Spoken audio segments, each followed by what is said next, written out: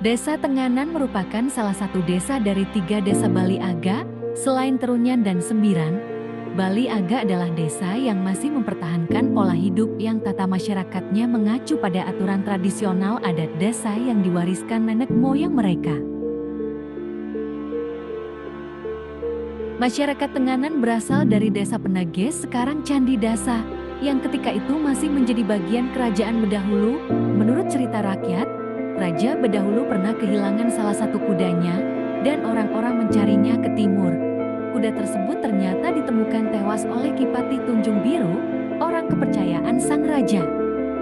Atas loyalitasnya, Kipati Tunjung Biru mendapatkan wewenang untuk mengatur daerah yang memiliki aroma dari bangkai carrion kuda tersebut. Kipati mendapatkan daerah yang cukup luas karena dia memotong bangkai kuda tersebut